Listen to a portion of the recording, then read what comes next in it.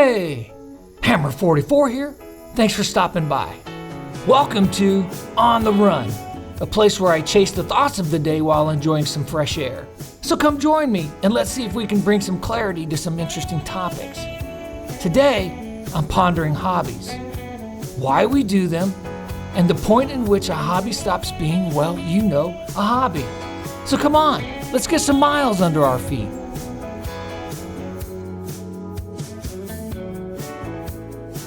As we lace up and set to head out, let's pause and consider what a hobby really is. The folks at Oxford say it's an activity done regularly in one's leisure time for pleasure. Simple enough, right? But what makes an activity worthy of being called a hobby? How often must we lose ourselves in it to call it regular? When does time become leisurely enough? And how do we measure the pleasure it brings? So much to unravel with obviously way more questions than answers. But hey, that's the beauty of it. Let's give it a shot.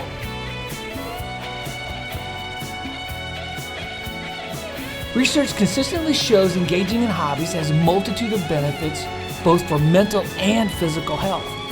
These include stress relief, skill development, a creative outlet, social connections, and just an overall increase in life satisfaction. Now, I'm not telling you something you don't already intuitively know, only sharing some validation from those who dug a bit deeper into the subject. For instance, our friends over at Nature conclude that hobbies can boost your productivity and creativity through better work-life balance. In addition to improving work-life balance, hobbies can also enhance cognitive function. Engaging in activities that challenge the brain, such as playing musical instruments, solving puzzles, or learning a new language, can help maintain and even improve cognitive abilities as we age. Studies have shown that these activities can increase neuroplasticity, which is the brain's ability to form and reorganize synaptic connections, especially in response to learning or experience. To say it in another way, it kind of helps rewire your brain.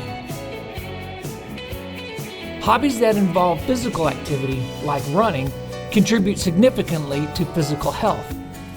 Heck, for all of those who went to this year's National Sports Card Convention, think about how many miles you walk just doing something you enjoy and are passionate about. Regular physical activity is known to reduce the risk of chronic diseases such as heart disease, diabetes, and obesity. It also boosts the immune system and improves overall physical fitness. The endorphins released during physical activity can also enhance mood and reduce symptoms of depression and anxiety. Hobbies often provide opportunities for social interaction, which is crucial for mental health. Social connections formed through hobbies can provide emotional support, reduce feelings of loneliness, and increase overall happiness. Sports card collecting on YouTube is a great example of this. This brings us to an intriguing question. When does a hobby stop being a hobby? The line can sometimes blur, especially when a hobby starts to feel like an obligation or becomes a source of stress rather than joy. It's essential to maintain a balance and ensure that the activity continues to bring pleasure and relaxation. If a hobby starts to feel like a chore, it might be time to reassess and perhaps take a break and try something new. Sometimes a hobby can evolve into a side hustle or even a full-fledged business. Take buying and selling baseball cards, for example. When your hobby starts paying the bills, the dynamics change, and it often requires a different mindset and approach. Turning a hobby into a business involves financial planning, understanding market demands, and managing operational responsibilities. These new responsibilities can introduce stress and obligations. Entrepreneurs often face the risk of burnout as the pressure to generate income can make the activity feel like a chore rather than a source of joy. The driving motivation shifts to profit, and this is where it can no longer be classified as a hobby, though the term hobby will be liberally used. An activity you must do to pay your bills no longer meets the definition of what it is to be a hobby. Another challenge to a hobby is burnout, and the risk is very real. The clearest sign of hobby burnout is when the activity feels like a chore rather than a source of relaxation and enjoyment. Running is a great example for me. At times, it's tough to head out on the trail, especially in less than ideal weather or after a long day at work. So I listen to my mind and my body. I've learned the difference between being lazy and when I need a true break. This also helps prevent injury and allows me to continue running as I age. Having multiple hobbies can also be incredibly beneficial. Engaging in a variety of activities allows me to develop different skills, keep my mind and body active, and enjoy a broader range of experiences. It can prevent burnout from focusing too intensely on one activity and ensures that I will have something enjoyable to turn to, no matter my mood or circumstance. I personally have 4 main hobbies: running, baseball cards, classic cars, and playing guitar. All of these hobbies allow me to share my passions with multiple communities, learn new skills, and connect with fellow enthusiasts. However, I'm extremely vigilant in not losing focus on why I started these hobbies in the first place: for enjoyment and balance. If any of them becomes tiresome, overwhelming, or distracting, I simply step back and focus on something else for a while. For example, attending the National Sports Card Convention this year was completely overwhelming after about the 3rd day.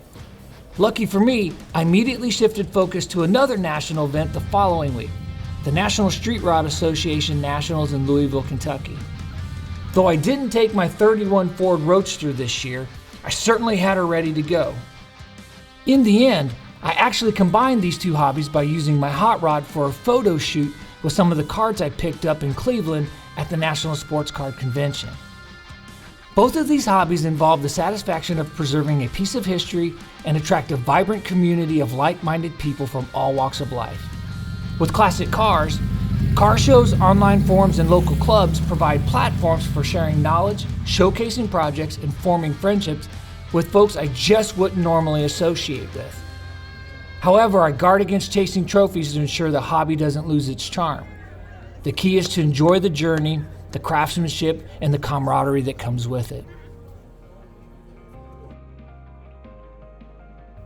So there you have it. Hobbies play a vital role in our lives. They offer numerous benefits for both mental and physical health. They provide a creative outlet, foster social connections, and contribute to overall life satisfaction. So whether it's running, collecting sports cards, restoring old cars, or any other activity that brings you joy, make sure to carve out time for your hobbies. After all, they are not just pastimes, but essential components of a balanced, fulfilling, and happy life. Thanks for coming along today. And remember to keep fueling the friendships.